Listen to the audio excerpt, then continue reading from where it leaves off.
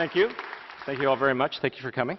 I was struck thinking about preparing these questions for you that there's hardly anything going on in the world. You must have spare time on your hands constantly, so we'll try to steer past that to a couple of things that are happening right now. Let me start with Syria and with the Islamic State. And I'm going to ask you a question you may not have ever been asked about this subject before, which is, what happens if we win? What happens if we defeat Islamic State? And I ask you this because you've put together a nice coalition to combat Islamic State, but the only thing they probably agree on is that Islamic State or ISIL ought to be defeated, because when it comes to what should happen in Syria, what should happen to President Assad, what should happen in Iraq, what should happen to the Kurds, they don't agree on much of anything. How do you hold this coalition together? If you're successful, what happens then? Well, Jerry, first of all, thank you for doing this, and I look forward to the conversation, and thank you all for being here. If and when, because I do believe we will degrade and ultimately destroy ISIL with our coalition of over 60 countries, let's think about what that end state looks like. First of all, it means that ISIL, which currently poses a serious threat to not only Iraq and Syria and the neighboring countries, but potentially to the United States and Europe, will no longer have a functional safe haven in that critical region. It will no longer be in a position to terrorize and destabilize both those countries, but the neighboring countries as well. Denying ISIL a safe haven is a critical strategic objective, because as we've seen from such safe havens to which foreign fighters and others are attracted, they can export terrorism and other forms of violence. So that in itself is a critical objective. That will not, in and of itself, resolve the problem of Syria. It will substantially create breathing space for the new Iraqi government and the leadership there to stabilize and unify that country, which is facing its own sectarian and economic and other challenges. So it takes a critical impediment off the table for Iraq. But it does, as you acknowledge, leave a challenge in Syria. Remember, the conflict in Syria began over 3 years ago when peaceful protesters challenged the Assad regime, and the Assad regime responded with overwhelming and indiscriminate violence, which it has sustained. The political issues that remain at the heart of the Syrian conflict will endure. The majority Sunni population has largely been excluded from power. There is no democratic process. You have an illegitimate and exceedingly violent leadership that has created conditions not only that have been so harmful to the population, but have made it a very attractive magnet for terrorists. The magnet having been eliminated, we will still need to see a political solution in Syria, and that's been our view all along, that there's ultimately not a military solution to the conflict. Does that solution still require that President Assad go? It will ultimately have to result in Assad's departure, because given the violence that he's perpetrated and given the divisions that are now, I believe, unbridgeable ultimately, you may have a transition period of some sort, but Assad's departure is going to be critical for there to be lasting stability in Syria. And that's one of the main reasons, Jerry, that we have supported the moderate Syrian opposition and why we are trying to substantially ramp up that support, not only to counter ISIL, but also to create an environment ultimately in which it's more likely that there is a negotiated settlement. But as you know, there's been some confusion in the last 48 hours about whether we're arming the Free Syrian Army, the moderate opposition, to fight the Islamic State or to fight President Assad. Are they doing both, or are they supposed to do one or the other? They're having to do both as we speak. They are fighting a multi-front conflict, which is obviously taking a real toll on them. So our support for the moderate opposition is, in the first instance, going to enable them to fend off ISIL, but it is also designed and originated with the concept of trying to help create conditions on the ground that are conducive to negotiations, and that means helping them in their conflict against Assad as well. Let's step back from this a little bit and look at the region. Syria's borders arguably don't really exist anymore. Iraq is somewhere between 1 and 3 states, some people think. Jordan is imperiled by Islamic State. Lebanon could conceivably be threatened. What does this region look like in 10 years? Which states survive? How does it get put back together again? I think the nation states survive.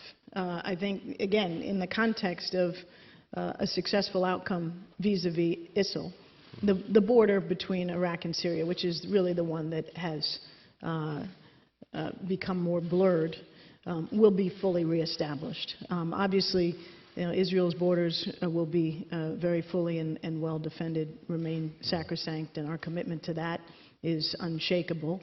But what's happening, Lebanon has long had its share of internal challenges. I don't suspect that they will go away as a result of ISIL being defeated. But Jordan is one of the countries that has been most challenged by the overflow right. of refugees and the spillover maybe even of the transformed conflict. Ultimately by that. And we have invested very heavily in supporting the Jordanian government, helping to build its capacity, helping it deal with the refugee outflow. And so I think Jordan will be a place where our support and that of others in the region and beyond will be critical to shore up a country that has suffered the brunt of much of what's transpired in Syria. Let me move a little further west in the region and ask you about Israel. Our mutual friend Jeffrey Goldberg wrote a piece this week saying that U.S.-Israeli relations are in a state of crisis. I guess the twofold question is, are they? And are they strong enough, even if they're not in crisis, to withstand some tough decisions that lie ahead about the Iranian nuclear program?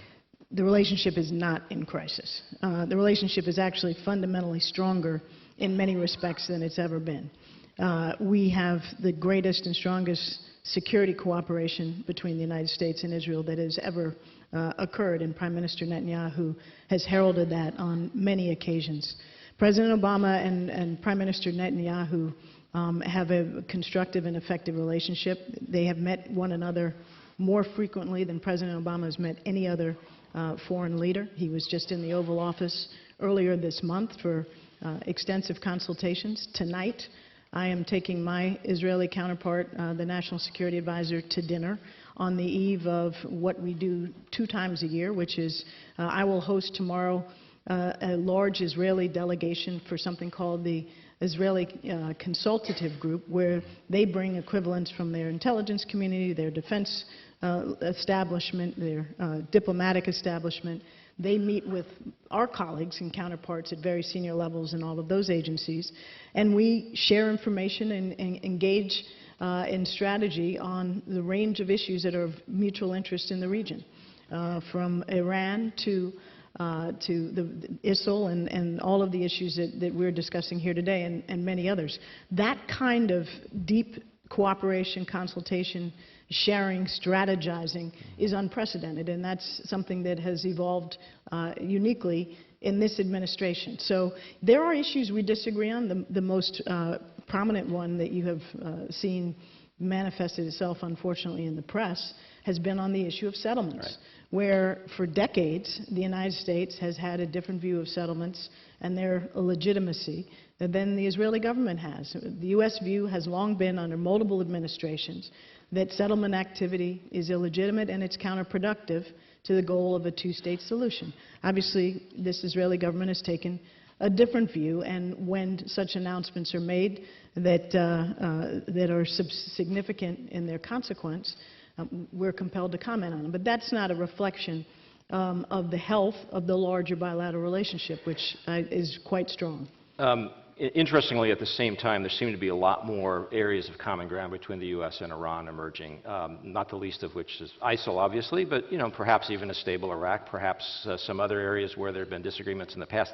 Is this a kind of a détente emerging with the Iranians, and does that lead to a successful outcome of the conversations with them, the negotiations over the nuclear program? I saw such a story on the front page Perhaps of you your did. esteemed newspaper this morning. That is not a term I would I didn't ask you to use or even consider using. Détente? No. Okay, not at all. Use your term. No, frankly, we still have a very difficult and fraught relationship with Iran for all the obvious reasons. They have a record of supporting terrorism. They have a record of destabilizing the neighboring states and countries in the region. And we're very, very concerned also about their effort to obtain a nuclear weapon. What is true is that over the course of the last year, we have been able to reach and implement an interim agreement that has halted all progress in the Iranian nuclear program and rolled it back in some critical respects. This joint agreement has created a more stable foundation for negotiations aimed at trying to reach a comprehensive agreement to eliminate any risk that Iran can develop a nuclear weapon. Those negotiations, as you know, and maybe others do too, are coming to an important milestone in November, when by the 24th of November we have the period of negotiations expiring. So there is no détente, there is frankly no dramatic change in the nature of the relationship.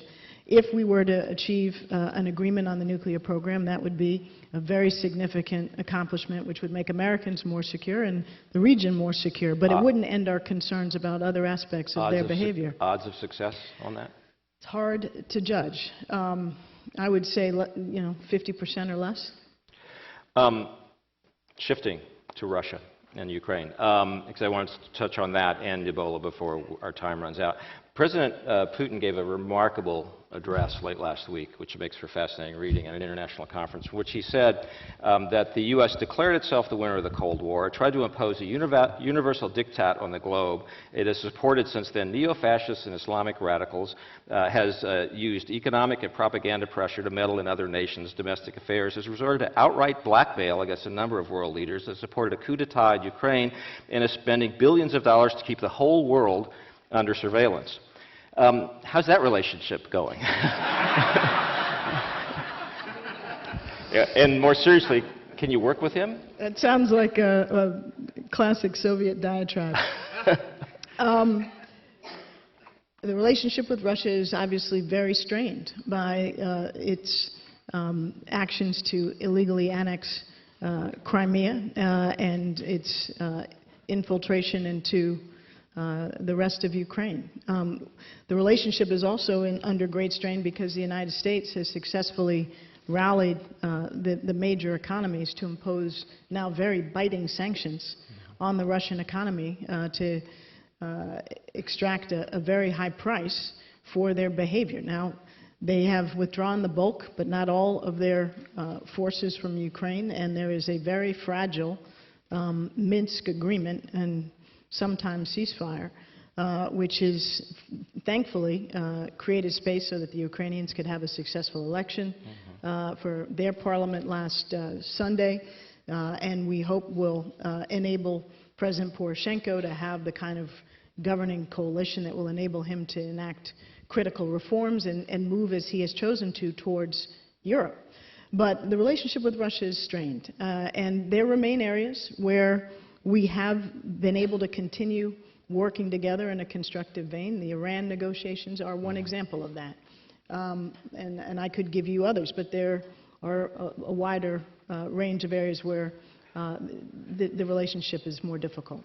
I did want to ask about Ebola before we run out of time. You're heading off for some conversations with the President and others about that this afternoon, as I understand it. What have you learned about the world's ability to cope with a problem like this since the outbreak of the Ebola crisis, if that's not too strong a word? Well, Jerry, I think, first of all, it's important to understand that what we have all learned as a consequence of Ebola is something that we understood quite a while ago, which is that the global health infrastructure is exceedingly fragile. We saw that following SARS. We've seen that with H1N1, with MERS, which is the strange virus that has evolved out of the Gulf region. And recognizing that, as a result, back in February of this year, President Obama launched something called the Global Health Security Agenda, bringing 40 countries together from around the world to commit to help the more fragile developing countries build their national health infrastructures. And what we've learned in part from the Ebola experience, which frankly, Ebola is a far less transmissible disease than the ones that I just described. Can't be transmitted in an airborne fashion. You have to be symptomatic and exchange bodily fluids. And yet, it's obviously caused a great deal of loss of life in West Africa and fear and effects in this country and beyond. We have a national security imperative to build the capacity of countries around the world, whether in West Africa or Southeast Asia or parts of Central Asia for that matter, such that they have the healthcare infrastructure to detect and monitor and contain disease. Because we are only as secure, when I say we, I mean the United States, countries of the world, as the weakest link in the fabric here, in the chain. So, and this is the illustration that we've seen with Ebola. We are living in an interconnected global economy and global system. We have no direct flights to the United States at the present from those 3 countries in West Africa, and yet we are linked up with them. Some 60 to 70% of the people who travel to the United States from those 3 countries are in fact American citizens or green card holders. So we are linked up in a very significant way, and that's true of our relationships with countries around the world. It's not, frankly, unique to those 3 countries in West Africa. So given that, it is critical that over the long term we take from this experience, which we will manage to bring under control with the help of the rest of the international community, the lesson that we have to build for the future. The President had that vision well in advance of the Ebola crisis. We have started this global health security agenda. It is gaining traction and the support of critical partners around the world, but we've got to stay committed to this over the long term. But is that happening? Is there emerging from this some idea of an infrastructure that can prevent round 2? And but it's going to take time, because obviously building health infrastructure is not something that happens overnight. But we had at the end of September here in Washington a major gathering at the ministerial level of the representatives of these 40 countries, and each of them made commitments to strengthen the healthcare infrastructure and a number of other developing nations. And the United States has taken on its share. Other countries are doing their part.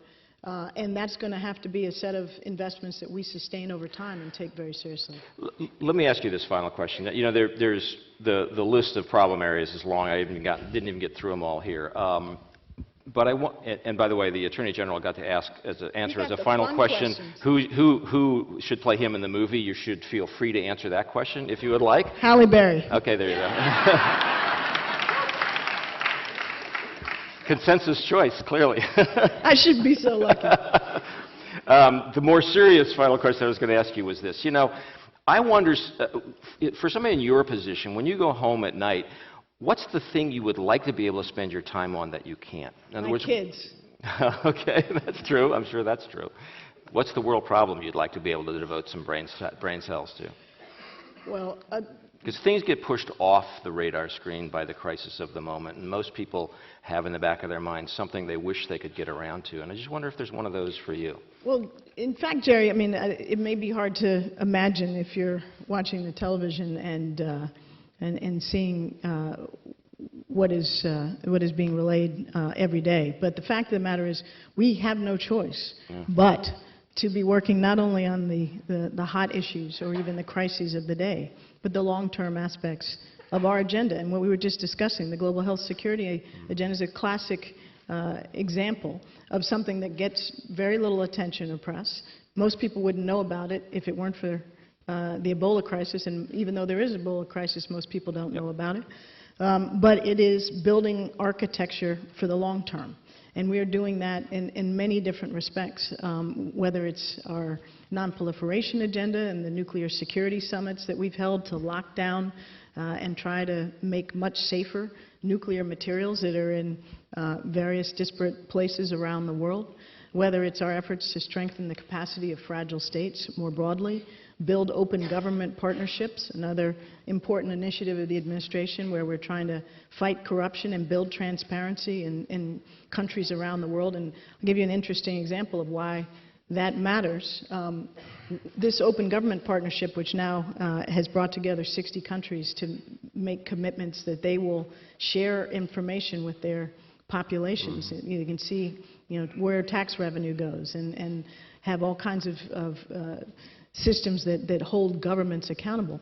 It's very valuable in general for democracy, for voters to be able to know what's going on. But we have, one of our open government partners is actually Sierra Leone.